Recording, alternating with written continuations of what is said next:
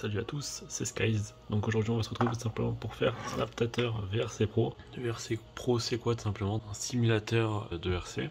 On a tout simplement pas mal de modèles. On peut avoir du buggy, de la nitro, on a de l'électrique, on a tout ce qu'il faut quoi niveau enfin, pour bien commencer quoi. Sachant que ça c'est l'édition, moi personnellement que j'ai, c'est l'édition donc démo.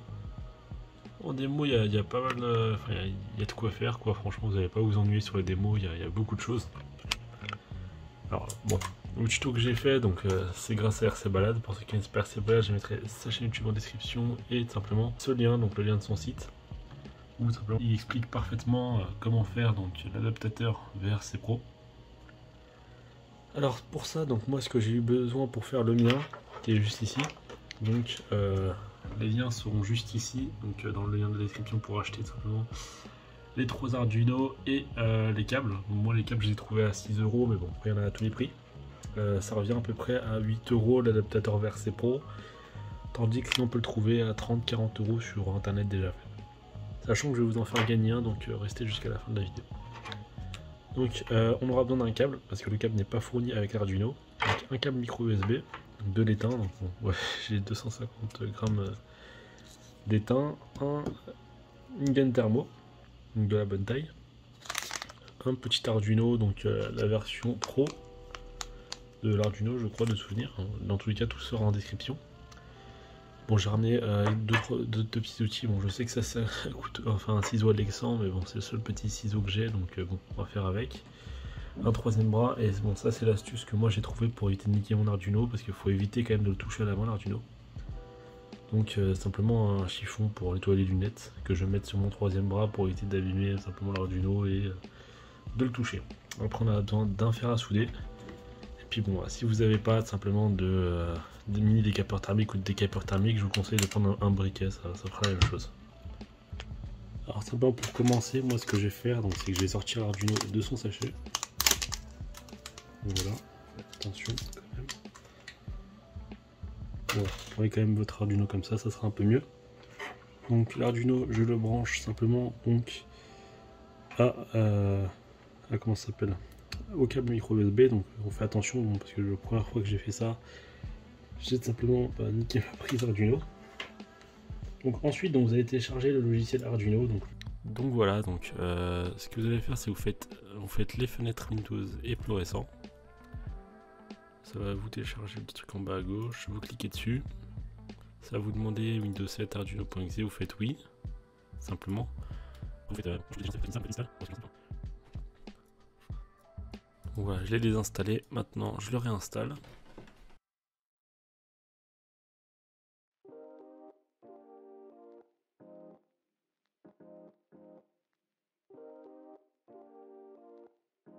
Télécharger pilote joystick.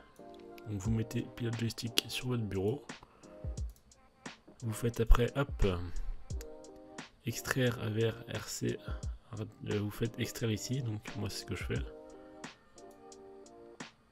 Voilà, vous allez avoir tous ces fichiers juste ici. Donc après le logiciel Arduino. Vous faites clic droit sur Arduino, propriété, donc raccourci. Vous allez ensuite sur emplacement du fichier. Donc là on aura simplement le logiciel Arduino. Donc une fois dedans, vous allez dans hardware, Arduino, AVR, Core, Arduino. Une fois que vous êtes simplement là-dedans, donc on va prendre 3 fichiers donc là-dedans. Ça sera ces deux joysticks là et le Dynamic HD. Donc on les glisse simplement dans le dossier Arduino. Une fois que ça c'est fait, vous allez simplement lancer RC USB 4. Vous allez lancer ensuite RC USB 4. Donc vous allez simplement avoir tout ce qui est vous allez voir simplement tout le code. Donc vous faites vérifier. Donc là ça se vérifie en bas. Compilation terminée. Vous allez ensuite dans outils. Donc vous allez sur type de carte, vous mettez micro. Ensuite dans port, vous choisissez COM5 avec entre parenthèses Arduino. Moi c'est un Leonardo. Donc après vous cliquez sur téléverser. Téléversement terminé. Une fois que vous avez tout téléversé, etc., donc que les fichiers sont bien dans l'Arduino, donc vous pouvez tout fermer, et ça sert plus du tout à rien. Et on va passer simplement à la suite du montage. On débranche l'Arduino, on le pose juste ici. Donc ensuite ça, je viens donc le plier en deux. Reprendre donc mon Arduino. Je le pose comme ça ici. Je viens le prendre comme ça. Et je le mets dans la pince de mon troisième bras. Comme ça, au moins, je ne le touche pas. Il ne peut pas être abîmé. Une fois qu'on est sur le site Adaptateur VRC Pro, qu'est-ce qu'on voit? Donc, on prend comme sur l'image. Et donc, on va tout simplement remarquer que on a le port 1 et 2 qui sont là et là. Donc, le port 2 simplement pour le canal 2. Le port 3 simplement pour le canal 1. Après, les deux qui sont ici avec écrit GND, je ne sais pas si vous verrez très bien, c'est les deux prises moins. Après, bon, bah, si vous avez besoin simplement des 4 canaux, bon, bah, vous pouvez très bien les brancher ici. On a un autre moins ici, mais bon, il ne nous intéresse pas trop. Et on a simplement le VCC, donc ça, le VCC, c'est le plus. Donc, on passe simplement au montage. Donc, déjà pour commencer, on prend donc simplement nos câbles. Bon, j'appelle ça personnellement simplement des câbles de cerveau. Donc hop, hop. Donc on va prendre notre ciseau et on coupe les câbles à peu près à une distance souhaitée. Alors bon, moi j'ai pas de briquet parce qu'habituellement je crame un petit peu la mèche et je tire. Donc là, bon, bah, on va faire autrement. Donc un peu comme des ficellos. Une fois ça fait, donc personnellement je prends ma pince coupante et hop là, on essaie de tirer délicatement sans trop tirer non plus. Hop, et de deux, on fait simplement le troisième. Bon, c'est pas grave, j'ai de la peinture dans mon ongle, on s'en fout. Donc on tire comme ça. Ah, bah vous voyez, j'ai coupé le câble. On refait pareil. Donc bon, là on a nos 3 câbles, il faut faire pareil sur l'autre.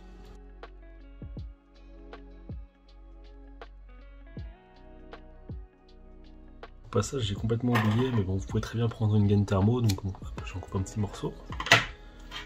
Sur le mien, j'ai zappé de faire ça, mais voilà, pour ceux qui le feront, n'oubliez pas de le faire. Tous les câbles dans la gaine thermo. Puis voilà, vous mettez ça vers le fond. Et là, vous avez simplement vos câbles.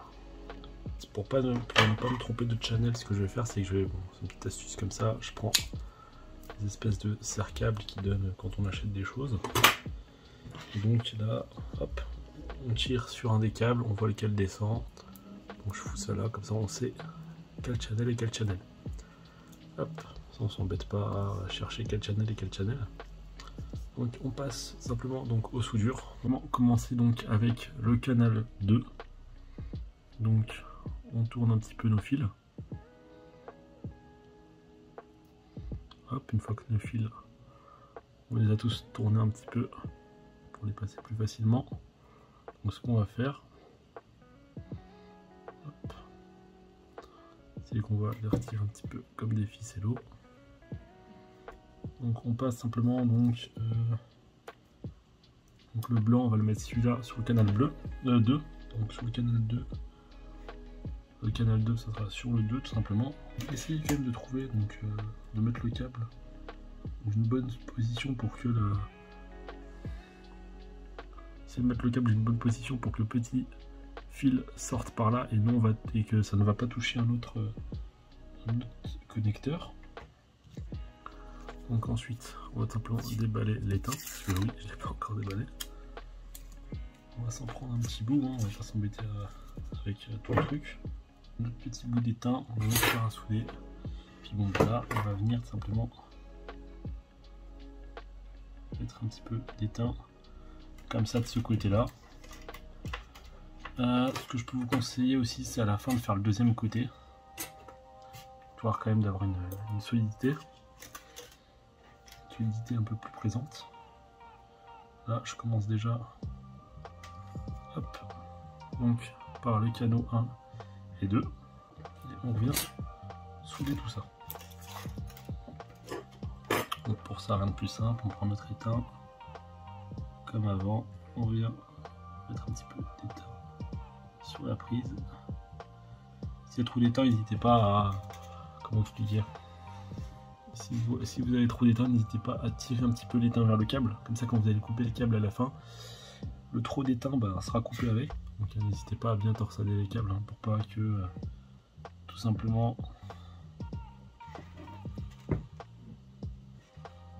ça parte. Donc bon, avec les deux d'affilée on va pas s'embêter. Finalement je l'enlève même s'il y a un petit fil qui part, comme ça sur le côté. Je ressors le câble et je torsade, on sait jamais, il faut pas que ça fasse contact avec d'autres parties, il vaut mieux éviter. Donc comme avant, ça change pas, éteint. Donc hop, éteint et on soude. Donc ensuite ce que je vais faire, donc on va passer donc au plus. Donc pour le plus, ce qu'il faut faire c'est qu'on torsade tout simplement les deux câbles ensemble. On les torsade.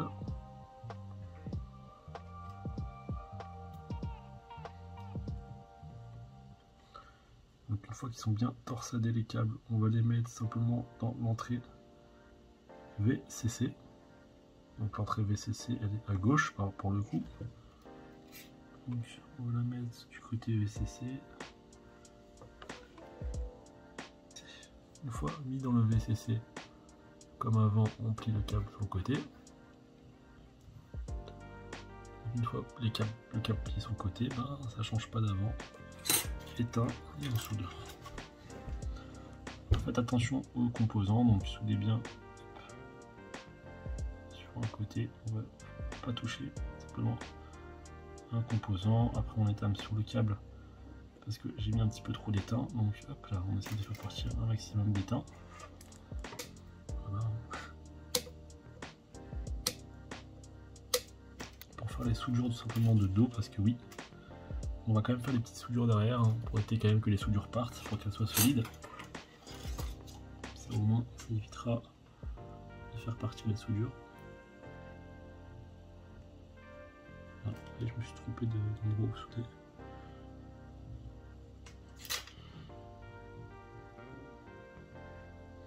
Voilà, un tout petit peu d'étain, vraiment pas beaucoup parce que malheureusement il est un petit peu plus compliqué celui-là à souder. Non, c'est bon, j'ai réussi à faire un truc à peu près propre. Hop, voilà, juste pour éviter que ça se touche donc entre les deux, donc voilà l'étain qui est bien posé. Donc ensuite on va faire ce côté là, donc pour ça je vais passer les câbles hop, comme ça sur le côté. Donc on a, regardé, les câbles blancs eux, l'étain il est passé à travers, donc nickel, il est déjà soudé de ce côté là. Les câbles noirs non pour le coup, bon ça arrive que ça fasse ça, c'est plutôt pas mal, ça fait un petit gain de temps. On fait des petits câbles noirs. Donc ils ne se touchent pas, c'est nickel. Donc une fois ça fait, vous pouvez simplement débrancher votre fer à souder, bien droit pour que ce soit beau quand même pour les abonnés. Que ce soit beau et propre. La gaine thermo. On peut mettre une gaine thermo arrondie non plus. Bon voilà, c'est à peu près bien. Là, ce que je vais commencer à faire simplement, c'est que je vais tirer simplement cette gaine thermo là. Hop. Jusqu'au calme. Putain, j'ai fait, ça se voit que j'ai travaillé en tout cas. Enfin, que j'ai démonté des trucs juste avant. Ça se voit que j'ai bricolé un peu. Voilà. Une fois que vous avez ça, donc une fois avoir fait ça, vous prenez soit votre briquet, bon, bah, ou alors comme moi, un mini décapeur.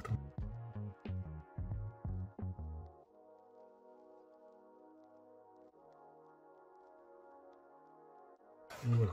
Donc une fois ça fait, avant de mettre la grande gaine thermo, ce qu'on va faire quand même, ça va être de brancher, de tout brancher, voir si tout fonctionne correctement. Donc on le branche, là tout s'allume et on va aller allumer. On va tout simplement allumer la radio.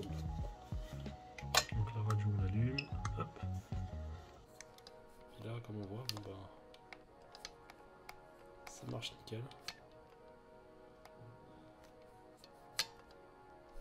Peut-être quelques réglages à faire. On va aller dans les options, voir si tout est à fond. Options. Donc on va dans contrôle. On voit si on va bien à 100. Comme on voit là, je suis pas à 100. Donc ce qu'on va faire simplement, c'est qu'on va aller. Donc on va fermer toutes ces options là parce que quand j'ai branché la radio, on va recommencer.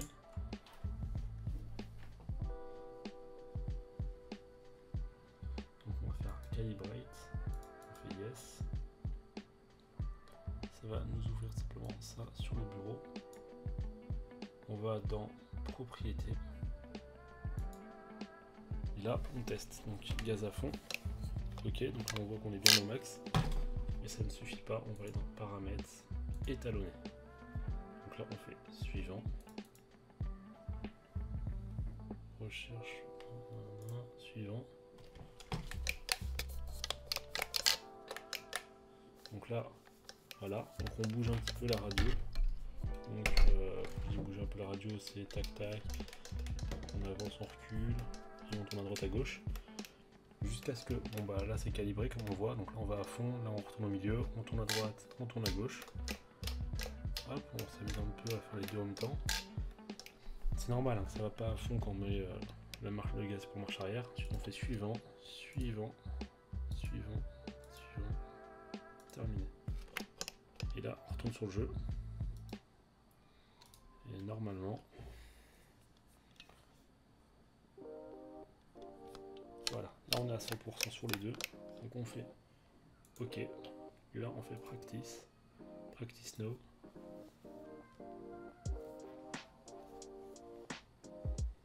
Puis là, bon bah là on est sur le jeu, ça marche nickel quoi.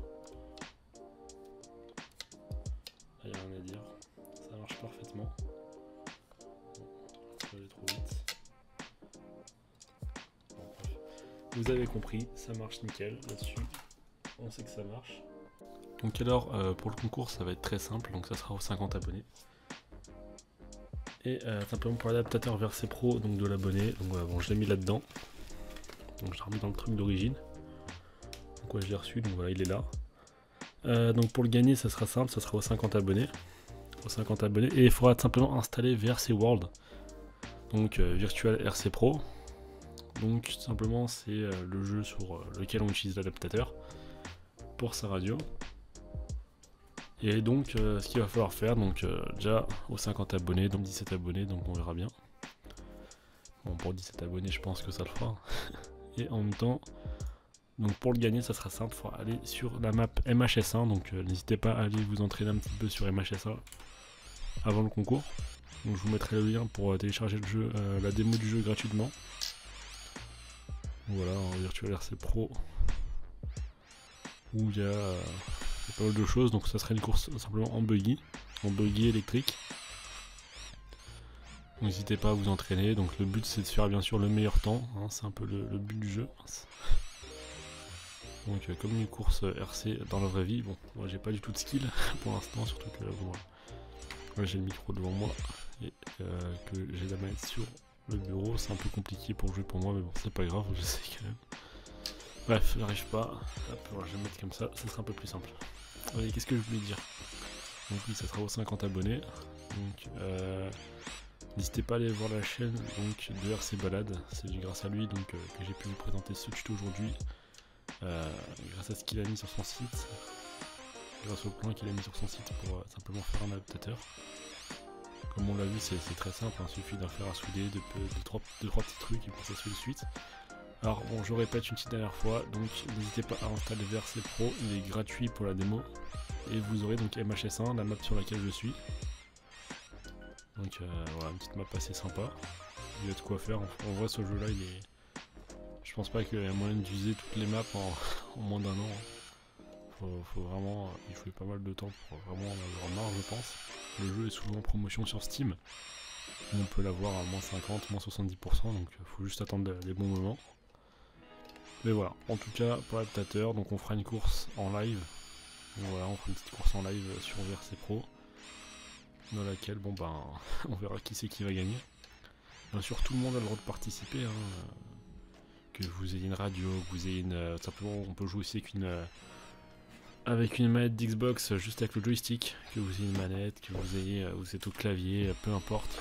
Vous pouvez venir, vous êtes le bienvenu. Puis voilà, quoi, ça, si vous gagnerez l'adaptateur, ben, ce sera pour vous l'occasion de jouer avec une radio. De toute façon, comme on l'a vu dans cette vidéo, un adaptateur coûte en général à peu près entre 8 et 10 euros. C'est vraiment pas cher pour le prix que c'est, franchement, comparé à des gens qui les vendent 30-40 euros. Je trouve ça bon, un peu cher, moi, mais bon. Souvent, il y en a qui les garantissent, donc bon. ils les vendent 40 €, mais derrière, s'ils lâchent au bout d'un an, bah, ils vous en renvoient un autre. Et bon, enfin, de ce que j'ai compris, certaines personnes qui font ça, vous le payez 30-40 €. S'ils lâchent au bout d'un an, par exemple, ou moins, ils vous en renvoient un. Et bon, bah, ça fera 20 € l'adaptateur du coup, si jamais il lâche. J'espère pas pour vous qu'il lâchera, mais voilà, c'est pour dire quoi.